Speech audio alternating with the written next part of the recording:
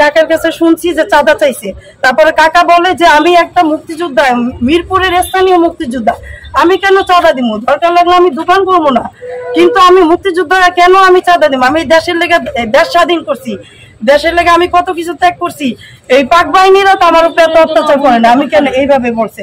পরে আমি আর ময়না প্রথম দিন এমপির বাসায় গেছি, যাইয়া উনি বললো ওই যে ও আসলে ওই যে চাঁদা চাইছে। আমি তো আইতে সাহস পাই না, এত রাতে 1:50 বাজে। তারপরে আমি 999 ফোন দিলাম, দেওয়ার পরে ওই যে পুলিশ আসলো। পরে দেখি যে আমি আসি, দেখি এই জায়গায় অনেক শব্দ, আমি যে দেখি যে এত লোক, যে এই জায়গায় যদি যাই এখন যে বলতেছি, তারপরে আমি আতঙ্কে আছি। জানি না আমি কি আজকের পরে কি কথা বলতে পারবো কিনা। যে কালকে রাতে যে অবস্থা দেখছি, যে মনির কাকা এই জায়গার একটা মুক্তিযোদ্ধা হচ্ছে বাংলাদেশের শ্রেষ্ঠ সন্তান। আমার আব্বাও মুক্তিযোদ্ধা, যে জায়গায় প্রধানমন্ত্রী শেখ হাসিনা মুক্তিযোদ্ধাদের সম্মান দেয়, ওই জায়গায় একটা মুক্তিযোদ্ধা আইসা দেখি আমি এই জায়গায় অজ্ঞান পড়ে আছে, কেউ পানি দিতেছে, আমি আমার শরীর এইভাবে কাঁপতেছে। তারপরে কেউ বলে থানায় নিয়ে যান, আমি কি আমার তো এখন আমার শরীর কাঁপতেছে, দেখেন আমার পশম সব খারাপ হয়ে গেছে। ওরা আমি সিএনজি ডাকি, আমি কি ভাই আপনারা একটু সিএনজি ডাকেন, হের একটু বাঁচান, থানায় কিভাবে যাবো, আরে একটা জীবন বাঁচাই। পরে কাকারে পানি দিলাম, পানি দিয়ে দেখি কেউ ধরে না। পরে 2-1 ডাক দিছি পোলাপান, পরে ওরা ধরছে, দইরা ওই দেখেন আর আগে হাসপাতালে নেই, কি অবস্থা দেখি। পরে নেওয়ার পরে আরে চিকিৎসা দিছি, স্যালাইন দিছে, আর ভর্তি থাকতে লেখা দিছে। না আমি এই জায়গায় ভর্তি থাকতে পারবো না, আমার ওই জায়গায় কি অবস্থা, আমার ছেলে আর আমার ছেলেরা মাইরা ফলাইবো, আমি যা দেখছি। পরে আমি কই কি কাকা আগে আপনি একটা স্যালাইন দেন, তারপরে বাবুরে আমরা নিয়ে আইতাছি সরোয়ার দিতে। তারপরে ওইভাবে এই যে নিয়ে আসলাম। তারপরে থানায় গেলাম, এসআই ছিল মিলন, ওই যে যারা আর কি চিঠি লেখে, ওনারা তো কেউ নিতে চায় না মামলা।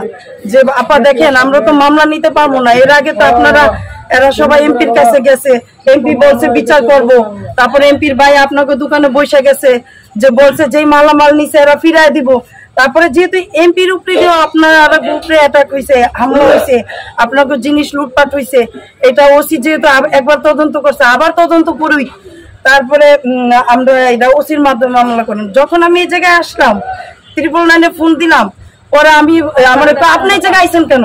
হ্যাঁ আপনার কি লাগে, আপনার কি বাপ লাগে? আমি কি দেখেন উনি একটা মুক্তিযোদ্ধা, উনি আমার প্রতিবেশী হলো আমার পরিবার, আমার দেশ কুমিল্লা, আমার মা ভাই বোন আস্তে আস্তে আমি লাশ আমার পৌঁছে যাব, এরাই তো আমার পরিবার, এগুলোই তো আমার দেখা লাগবো। পরে কয় কি আচ্ছা ঠিক আছে আপনার দেশ কই? আমি বলি কুমিল্লা। তারপর হ্যাঁ আপনার বাপ কি, আপনার বাপের নাম কি? পরে আমি বলি জহিরুদ্দিন আহমেদ। হ্যাঁ আপনার বাপকে বিএমপি। আমি কে আপনি কি বলেন, আমার বাপ বিএমপি হইব কেন? আমার বাপ একজন সেনাবাহিনীর অফিসার ছিল, আমার আব্বার আরপি নাম্বার 6994062, আপনি এটা সার্চ দেন। তারপর দেখেন আমার বাপ কি, আমার বাপ এই সেনাবাহিনী, তারপর ওই সেনাবাহিনী অবস্থা যুদ্ধ করছে। আমার আব্বা গ্যাজেটভুক্ত, ভাতাপ্রাপ্ত, মুক্তি ভাতা সব জায়গায় নাম আছে। তাই আমরা কেন আমরা বিএমপি হইতে যাব? আমি সবসময় আসলাম যতদিন ছিল আমি এজেন্টে কাজ করছি। আসলাম সাহেব আল্লাহ মারা গেছে, বেহেশত নসিব করে। উনি যখন ছিল মনের জন্য এই জায়গায় আমি বেহেশতে ছিলাম, যখন যাইতাম ওনার মানুষের কাছে শুনছি। কিন্তু যখনই উনি আইসে জিজ্ঞাসা করতো যে তোমরা কেমন আছো, সমস্যা হলো এই আমার কাছে যায়। আবার এই জাগা খান মিন্টু এই আতঙ্ক, আমি তো কিছুই দেখি না। আমার উপরে যে জিজ্ঞাসা করছে, আমার হুমকি দিছে, কেন আমি আইসি, আমার বাবার নাম কি, আমার বাবা কি বিএমপি নাকি? আমার বাবা একজন সেনাবাহিনীর মতো। আমিও চাকরি করি প্রাকে ম্যাটারনিটি ডেলিভারি সেন্টারে, আরো স্কুলে চাকরি করি, আমি স্কুলেও চাকরি করি। আমরা ধরেন এনজিওতে চাকরি করি, ও ধরেন অনার্স পাস, মুক্তিযোদ্ধার সন্তান হিসেবে অনেক অ্যাপ্লাই করছে, চাকরি পায় না। এখন তো আমাকে কইরা খাইতে হইব, আমরা তো কারোর কাছে চাঁদা চাইতে পারবো না, তারপর আমাকে তো কর্ম কইরা খাইতে হইব। কাকার কাছে শুনছি যে চাঁদা চাইছে।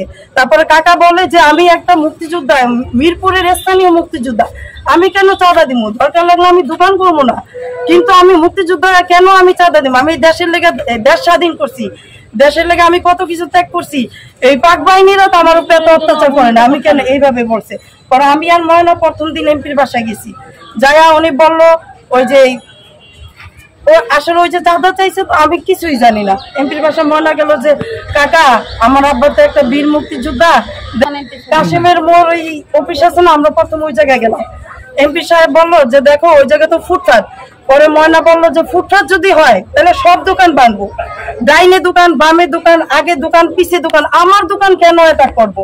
আমার আব্বা তো মুক্তিযোদ্ধা, আমার আব্বা তো রাজাকার ছিল না, চোর ছিল না, তাহলে কেন আমাদের দোকানের উপরে এইভাবে হামলা হচ্ছে?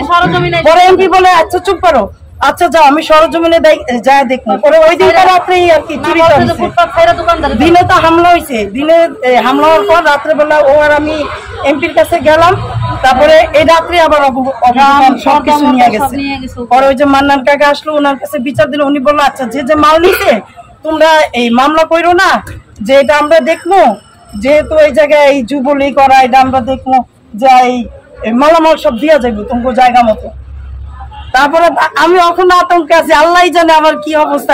কালকে রাত্রে আমারে তো আমার মা বাবা, আমার বাবা সেনাবাহিনী পরিচয় দিয়ে আমারে আতঙ্ক, কেন আমি এই জায়গায় আইছি। একটা মুক্তিযোদ্ধা সন্তানের সর্ব জায়গায় অগ্রাধিকার।